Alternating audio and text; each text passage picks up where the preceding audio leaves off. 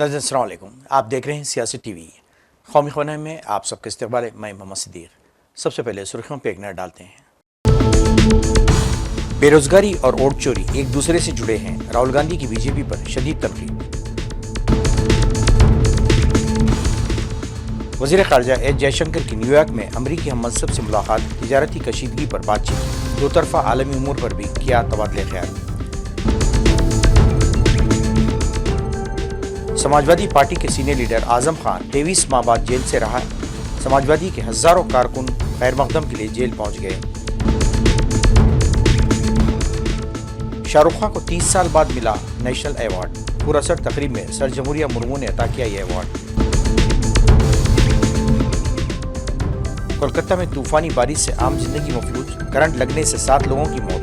ममता बनर्जी ने किया ताज़ियत का इजहार। महाराष्ट्र में भी सैलाबी सूरत-ए-हाल। नई नीति सुर्खियां। अब खबरों की तफसील पेश है। कांग्रेस के रुकने पार्लियामेंट और कायद हिज़्ब इख्तिलाफ राहुल गांधी ने बिहार की राजधानी पटना में पार्टी की वर्किंग कमेटी की मीटिंग से पहले एक बार फिर वोट चोरी का मामला उठाया। इन्होंने इसे बेरोजगारी से जोड़ते हुए कहा कि ये आज़ाद हिंदुस्तान की तारीख का सबसे बड़ा बहरान है। मंगल को एक सोशल मीडिया पोस्ट में मिस्टर गांधी ने कहा, हिंदुस्तान में नौजवानों को दरपेश सबसे बड़ा मसला बेरोजगारी है और इसका बराह रास्त ताल्लुक वोट की चोरी से है। जब कोई हुकूमत आवाम का एतमाद जीत कर नहीं बल्कि चोरी करके इलेक्शन जीतती है तो इसे नौकरियां फराहम करने, भर्ती के अमल को बेहतर बनाने या नौजवानों के ख्वाबों की हिफाजत से कोई सरोका नहीं होता। समाजवादी पार्टी के सीनियर लीडर और साबिक वजीर आजम खान को 23 माह की जेल में रहने के बाद मंगल को डिस्ट्रिक्ट जेल से रिहा कर दिया गया। रामपुर की अदालत ने उनके जुर्माने की रकम 2500 रुपये और 3000 रुपये के 2 कागजात ईमेल के जरिए सीतापुर जेल भेजे जाते थे और ये कागजात आने के बाद उन्हें रिहा कर दिया गया। उनके 2 बेटे अदीब और अब्दुल्ला आजम इनको लेने सीतापुर आए थे। इस दौरान additional superintendent of police Alok Singh ने आईपीसी की दफ़ा 163 का ऐलान करके जेल के अहाते को एसपी के हामियों से खाली करा लिया। लहरपुर के एसपी एमएलए अनिल वर्मा, महमूदाबाद के साबिक रुकने असम्बली नरेंद्र सिंह वर्मा और एसपी जिला सदर छतरपाल यादव अपने हामियों की बड़ी तादाद के साथ वहां मौजूद थे। जेल के अहाते में खवातीन पुलिस एहलकार और पुलिस एहलकार तैनात थे। चल रहे थे, इस पर क्या कहना चाहेंगे? देखिए, ये तो वही लोग बताएंगे जो एक्सप्लेनेशन वो क्या कहा आपने। जो लोग अनुमान लगा रहे हैं वही लोग बता पाएंगे। मैं तो सर अभी अखिलेश यादव ने भी कहा क्योंकि जेल में किसी से मुलाकात नहीं होती थी, फोन करने की भी मुझे इजाजत नहीं थी, कोई राब्ता हो ही नहीं पाता था किसी से। तो 2 साल ये और 3 साल पहले 5 साल तो मैं बिल्कुल आउट ऑफ टच रहा, जानता ही नहीं बाहर की दुनिया है क्या। काफी कठिन समय आपके साथ, क्योंकि जिस तरह से आपको अलग बिल्कुल रखा गया, कट ऑफ किया गया, क्या लगता है ये पॉलिटिकल वेंडेटा था, एक बदले की राजनीति थी जिसके चलते? नहीं, देखिए, बदला तो वहाँ होता है जहाँ मैंने किसी के साथ बुरा किया हो। मैंने तो दुश्मनों के साथ भी बहुत अच्छा सलूक किया।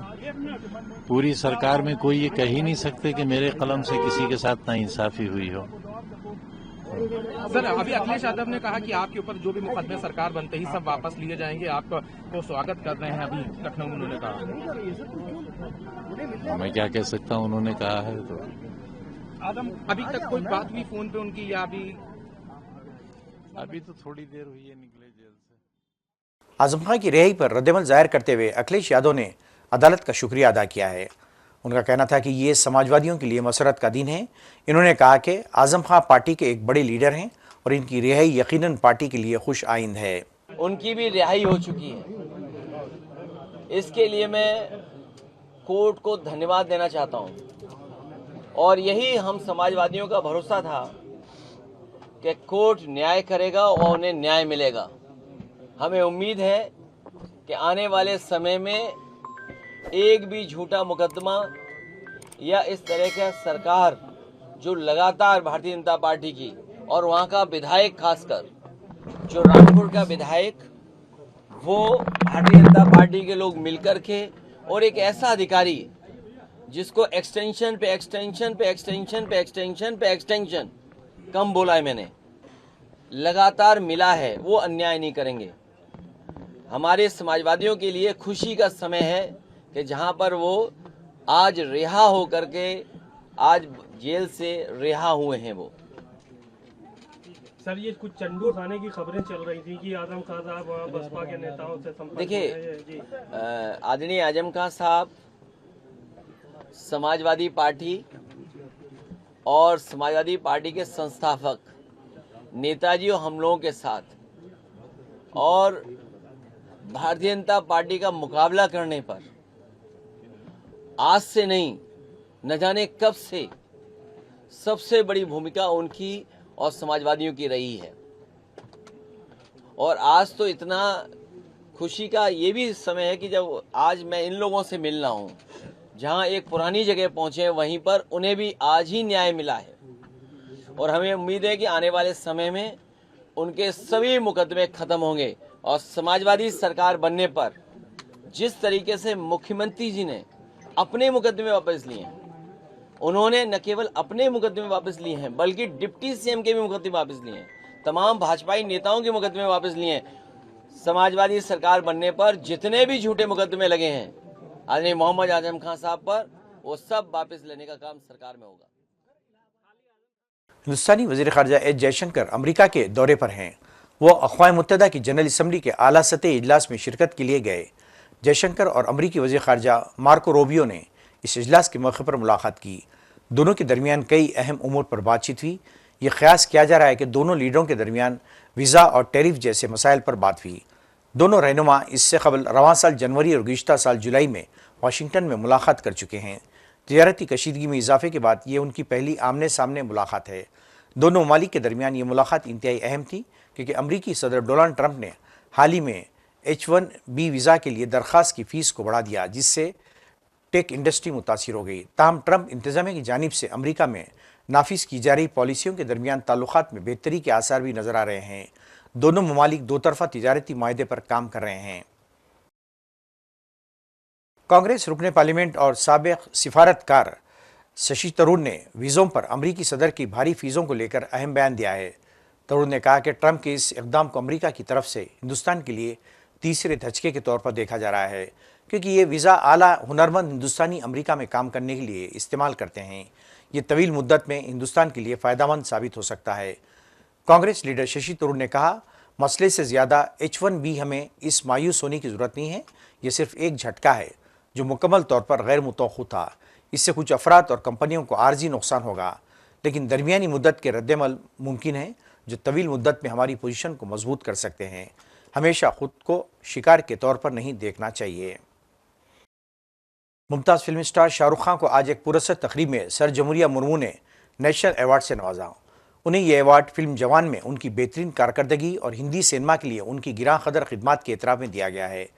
शाहरुख खान को यह अवार्ड 30 साल बाद दिया गया है। उन्हें इस एजाज़ के काबिल समझने पर उन्होंने सर जमहूरिया से इज़हार तशक्कुर किया है। मगरबी बंगाल की राजधानी कोलकाता और इसके आसपास में पीर और मंगल के दरमियान रात हुई मूसलाधार बारिश से आम जिंदगी दरम बरम होकर रह गई। कई इलाकों में घुटनों तक पानी भर गया है, जिससे आम जिंदगी और आमदरफ्त ज़बरदस्त असर पड़ा है। बारिश से कई सड़कें ज़ेरियाब हैं। घरों और रिहायशी इलाकों में पानी दाखिल हो चुका है। कई जगहों पर 3 फीट तक पानी भर गया है, जिससे रेलवे पटरियां डूब गई हैं। इसके अलावा मेट्रो सर्विस से भी काफ़ी मुश्किलात पेश आ रही हैं। शदीद बारिश से इलाकों में पानी भरने से इसमें करंट फैल गया और करंट लगने से अब तक 5 अफराद की मौत वाक़ई हो चुकी है। ट्रेन और फ़िज़ाई खिदमात पर भी असरात पड़े हैं। महाराष्ट्र के कई अजला में मुसलसिल होने वाली बारिश ने अवामी ज़िंदगी को बुरी तरह से मुतासिर किया है। बीड़, धाराशिवा और सोलापुर अजला में पानी भरने से सैलाबी सूरत पैदा हो गई। इस सूरत को देखने हुए इंतजामिया की दरख्वास्त पर NDRF की टीमें फौरी तौर पर मौके पर पहुंची। रात भर जारी रहने वाले ऑपरेशन में दर्जनों अफराद को महफूज मकामात पर मुंतकिल किया गया।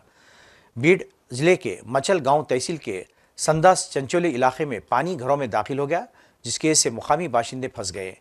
NDRF की टीम ने रात भर मुसलसिल कार्रवाई करते हुए 26 अफराद को बहिफाजत निकाला। साबिक़ क्रिकेटर युवराज सिंह ED के दफ्तर पहुंचे। याद रहे कि गैरकानूनी बैटिंग ऐप के सिलसिले में युवराज सिंह और एक्टर अन्वेशी जैन को पूछताछ के लिए ED के दफ्तर तलब किया गया था। इसी सिलसिले में युवराज आज ED के दफ्तर पहुंचे। आसाम के हरदिलअजीज गुलकार जुबिन गर्ग को आज सोगारों ने आखिरी विदाई दी। 19 सितंबर को सिंगापुर में इनकी मौत वाक़ई हो गई थी, जिसके बाद उनकी आखिरी रस्म आज मंगल को आसाम के कमरकुची गांव शुमाली कैरोलिना में अदा की गई। जुबिन गार्ग के लिए गम, आंखों से आंसू, इनकी सुरीली आवाज़, ढेर सारी यादों के साथ इन्होंने अपने विदाई दी। नाज़रीन, आखिर में सुर्खियों पे एक और नज़र। बेरोजगारी और वोट चोरी एक दूसरे से जुड़े हैं, राहुल गांधी की बीजेपी पर शदीद तनकीद। वज़ीर ख़ारजा एस जयशंकर की न्यूयॉर्क में अमरीकी हम मनसब से मुलाकात, तिजारती कशीदगी पर बातचीत, दो तरफा आलमी उमूर पर भी किया तबादले ख्याल। समाजवादी पार्टी के सीनियर लीडर आजम खान 23 माह बाद जेल से रहा। समाजवादी के हजारों कारकुन खैर मकदम के लिए जेल पहुंच गए। शाहरुख खान को 30 साल बाद मिला नेशनल अवार्ड, पुरस्कार तकरीब में सर जमहूरिया मुर्मू ने अता किया यह अवार्ड। कोलकाता में तूफानी बारिश से आम जिंदगी मफलूज, करंट लगने से 7 लोगों की मौत। ममता बनर्जी ने किया ताज़ियत का इजहार। महाराष्ट्र में भी सैलाबी सूरत-ए-हाल। नाज़रीन, इसी के साथ ही कौमी खबरनामा खत्म होता है। मुझे और सारी सियासत की टीम को इजाज़त दें। अल्लाह हाफ़िज़।